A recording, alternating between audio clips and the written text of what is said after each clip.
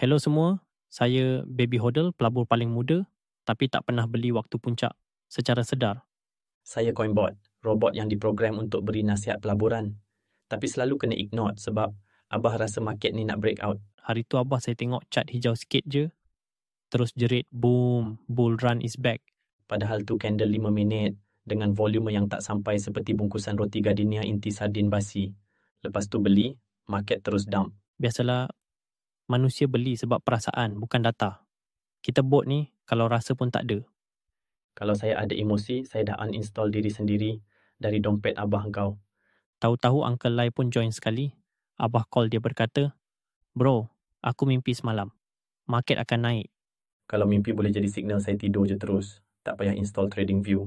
Lepas tu dua-dua masuk coin yang nama pelik. Inu Coin Zilavers V2. Lagi pelik nama coin, lagi kuat FOMO mereka. Kalau ada coin nama rezeki tepi lori, confirm masuk. Apa pengajaran minggu ni Coinbot?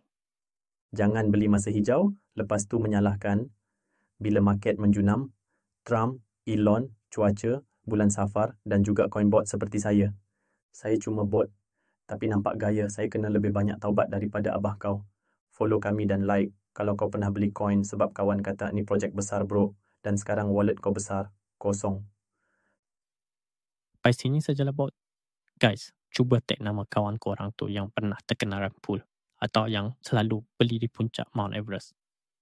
Terima kasih dan bye-bye.